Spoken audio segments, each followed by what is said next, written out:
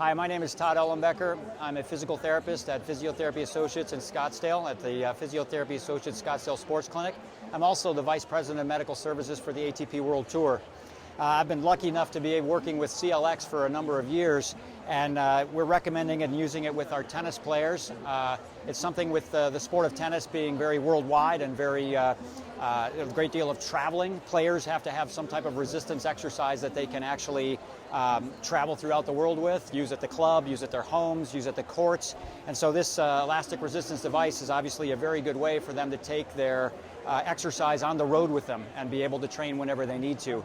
Some of the unique things with the CLX system is that in addition to the traditional bands and tubing we're used to have door anchors, handles, and other things that would accompany the elastic resistance, this has it all built into one. So when we give a tennis player, whether it be an elite junior or a professional, when we give them the band, it comes with everything that they need. So it's got handles built into it, it's got a safe way to apply it to the door, and it's a variable resistance system, of course, with the color scheme of TheraBand, where we're able to progress them through a series of exercises as they improve. So this has been a very big asset, both on the ATP World Tour as well as clinically with elite juniors, being able to give them quality resistive exercises, both for performance enhancement as well as especially for injury prevention. We're going to show a couple of exercises here to work on the posterior rotator cuff, mainly in external rotation exercises. With CLX, we have a couple of options or progressions that we can actually use with the device. The first one is just going to be external rotation at 90 degrees of abduction. It's very important in the sport of tennis to have very good, competent external rotation in this position because of the serve and the position that the shoulder is in 90 degrees of abduction as you hit a serve. And so Lindsay's going to serve as our model today. We're going to put her in the 90 degrees of abduction. We're going to put a little bit of tension in the tubing. And as we do, one important thing to note here is that when we're doing external rotation exercise, we want to assimilate or maintain a position of 90 degrees of abduction. And by having it at 90 degrees of abduction, this makes it very similar to the position that we have during the tennis serve. So we're going for a specificity of position. The other thing we want to look at is we want Lindsay to be slightly forward as she is here in the scapular plane. We don't necessarily want to have her back here, which increases the tension on the anterior capsule.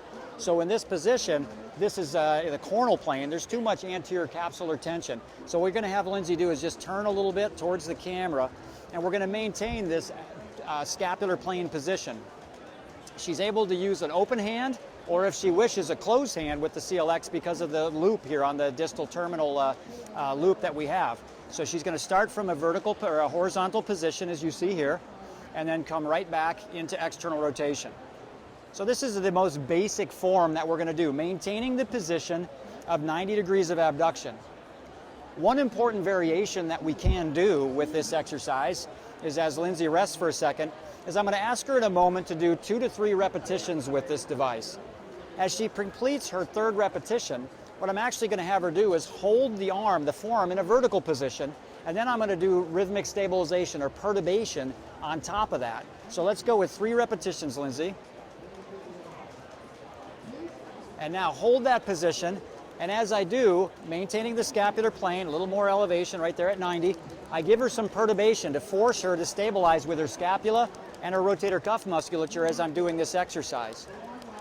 This is another way that you can do an additional variation as a physio to give them a little bit more input, some proprioception, and certainly give them a little bit more activation of some musculature and co-contraction by superimposing the rhythmic stabilization. One last variation I'd like to do with the CLX is external rotation with scapular retraction.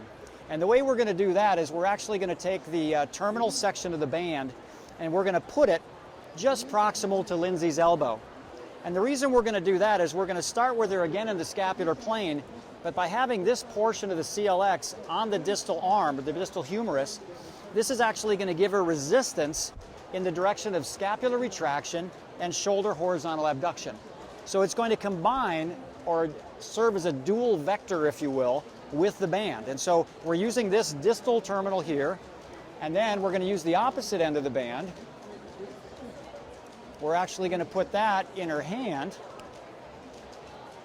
and then we'll have a stabilizing force midway through. So we actually, if you see over here, you can see the two vectors of pull. The first vector for the scapula, the second vector for external rotation. So now what she's going to do is she's going to maintain this position against the resistance. So her scapula is activated towards retraction. She's staying in 90 degrees, and then we're going to superimpose external rotation as you do this. So she's going to go through multiple sets, in this case of 15 repetitions, to really thoroughly fatigue the scapular musculature and the rotator cuff. And you can see it's much more difficult than the traditional single plane or single vector external rotation.